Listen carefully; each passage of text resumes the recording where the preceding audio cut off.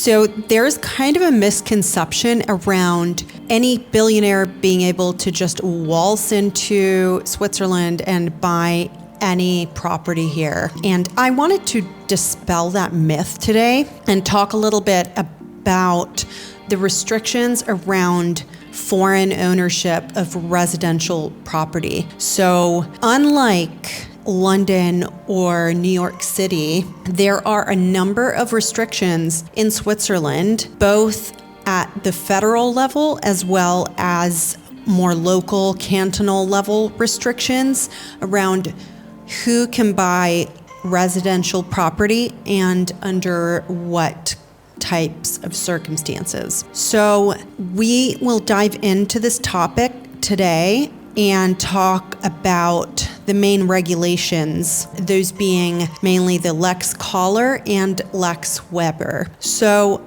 let's get right into the topic. There's a lot to cover. Let's jump in.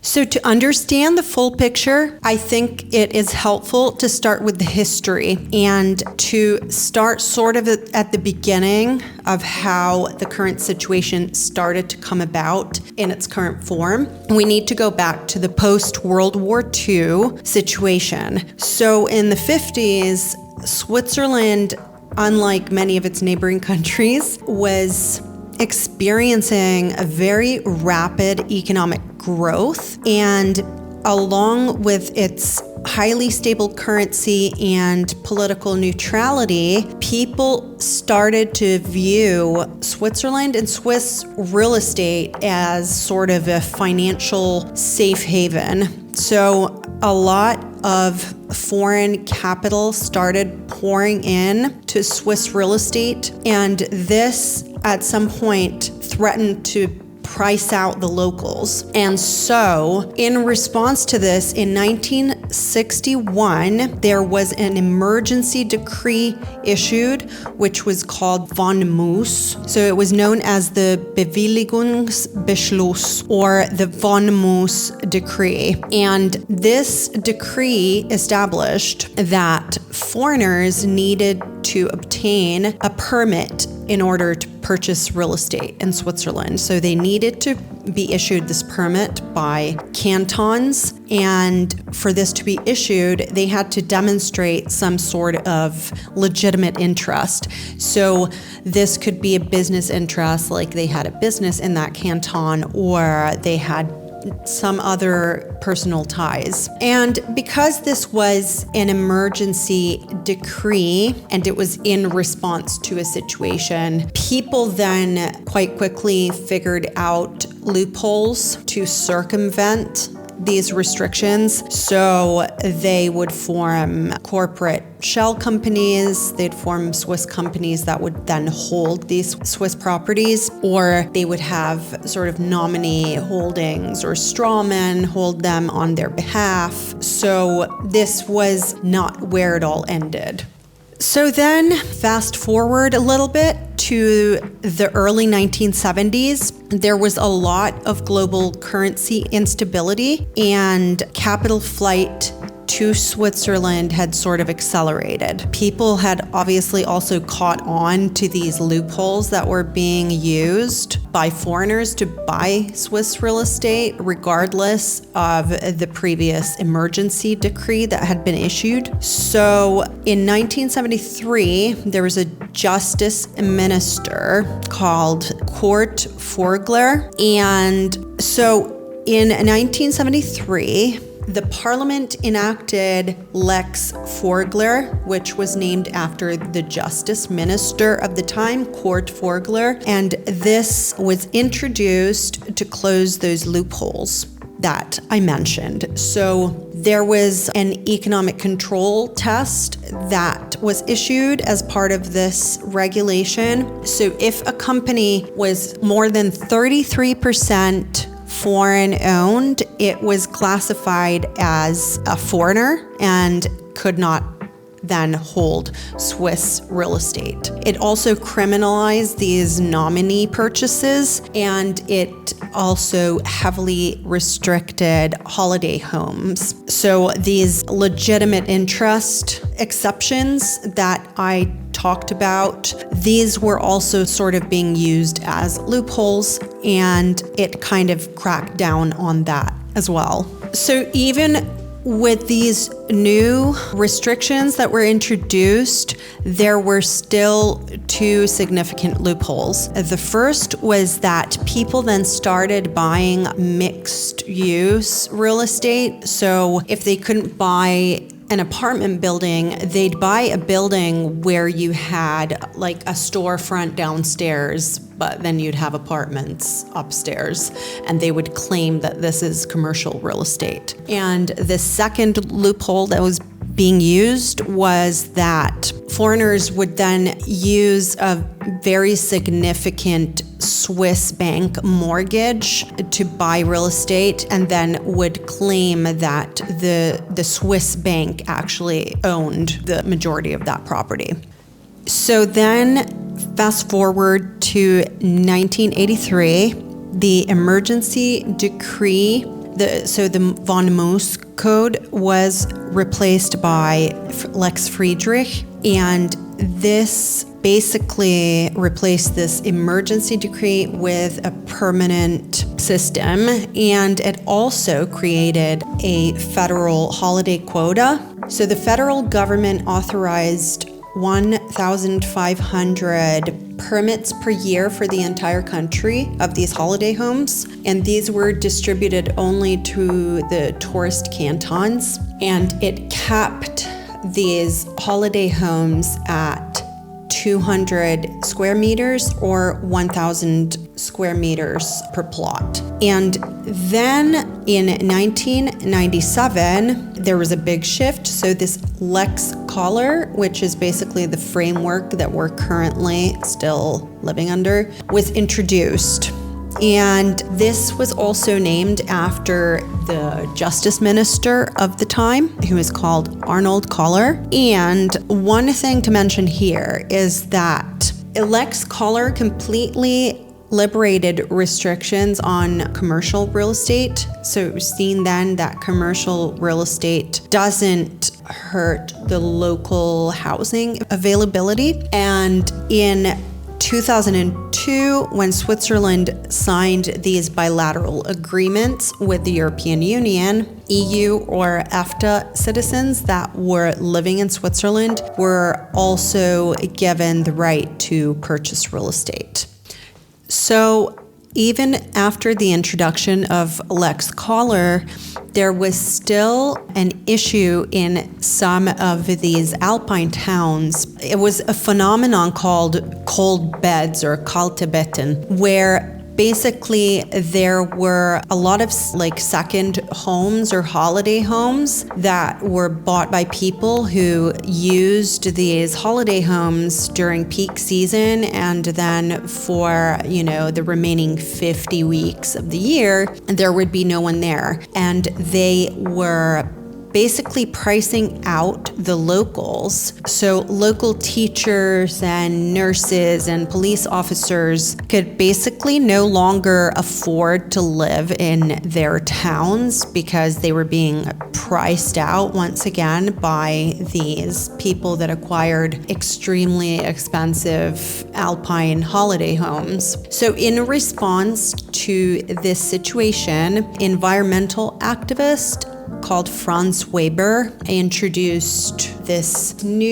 launched a federal initiative, which then people voted yes to, and resulted in a law called Lex Weber, which is currently still in force. And interestingly, this Lex Weber, it doesn't restrict only foreign ownership, so it equally restricts Swiss people from places like Zurich or Geneva in acquiring second homes in these alpine villages. So the rule introduced by Lex Weber is that More than 20% of houses are holiday homes or secondary homes. Basically, you can't build any more secondary homes there. So then any permits that are issued for the building of new residential properties must be for primary residential properties.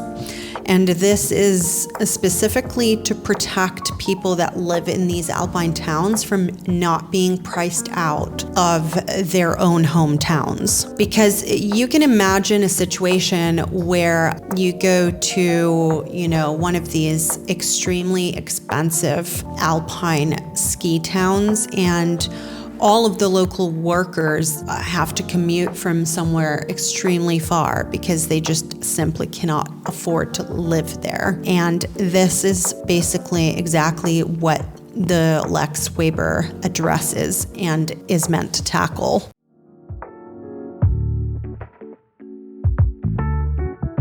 Okay, so where does that all leave us today? Who can buy real estate here in Switzerland and under what circumstances? So for Swiss citizens and C permit holders, there are no restrictions. You can buy any real estate. It's unrestricted. For EU and EFTA citizens with a B permit, you can buy residential real estate as long as you reside in Switzerland. So if you're a B permit holder, but you've left the country for some reason, but still have the B permit and didn't deregister, then you would not be able to buy real estate here. For non-EU and non-EFTA B permit holders, you can buy one primary residential home. You cannot buy a second home or a holiday home, and you have to occupy it yourself. You cannot rent this out. Then for non-residents, so non-residents who are not Swiss, the only sort of possible window for non-residents to acquire residential real estate in Switzerland is through the quota cap system. So to buy a holiday apartment usually in one of these alpine villages based on cantonal authorization. Obviously, the supply there is very low, but that is a window that you can leverage nevertheless. Now, the annual federal quota of 1,500 permits that I mentioned earlier in the video, that is sort of divided up between these different cantons. This is still in force. And to prevent sort of any speculative trading or house flipping, you usually have cantonal level restrictions on how long you have to hold the property. So there could be like a restriction whereby you are obligated to hold the property for 5 years, for example. Now, what we talked about mostly was the federal layer. And what's really important to bear in mind with regard to these holiday homes or any kind of residential real estate for that matter is that there are also tons of cantonal restrictions. And if you drill down even further, there are further local restrictions that are possible. So in certain areas, for example, foreigners aren't allowed to buy chalets. They can buy apartments in ski towns. In some areas, foreigners aren't allowed to buy real estate at all. Then in some areas, you have other types of restrictions, like there could be a threshold so that foreigners are only allowed to buy real estate that is above a certain price. So when looking at these, you kind of really have to understand the market because it actually is incredibly complex. And I think now we've pretty much covered all of the restrictions that do exist. So let's quickly cover whether there are certain loopholes that exist under the current system and if there's anything being done. Okay, so if we look at the current situation, I feel like people still don't believe that there are restrictions for these ultra high net worth individuals. And I don't know how else to dispel that other than to systematically go through all these regulations that exist and cover the different loopholes and how they've been closed. But currently, you can, as a foreigner non-resident, you can still acquire, a chalet through this quota system. So, if the amount of second or holiday homes drops to under 20% in a certain ski town, then it is possible that there will be an increase in stock on the market. The other avenue is that these second homes that were built before the introduction of the Lex Weber in 2012, these homes are kind of grandfathered in, so you can purchase one of those homes if it becomes available on the market. And thirdly and finally, you can move your tax domicile to Switzerland. That's also a possibility. And then you can acquire one of these residential properties because you are no longer a foreigner. So these are all avenues that exist. One thing that I would maybe mention towards the end that isn't like strictly on this topic, I think it's kind of dangerous to create these narratives around Switzerland not actually being a country that is governed by the rule of law. Switzerland has very strict regulations around things, and it is not a corrupt country. You can't very easily circumvent these sorts of restrictions here. Is it possible that there are people out there that find a way to illegally circumvent restrictions? That's always possible that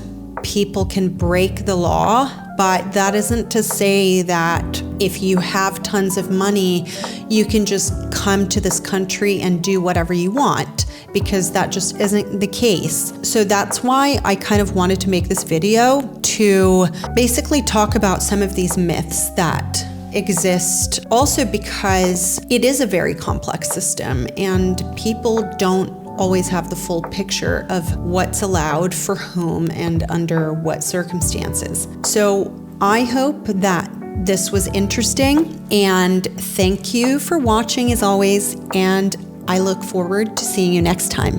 Bye.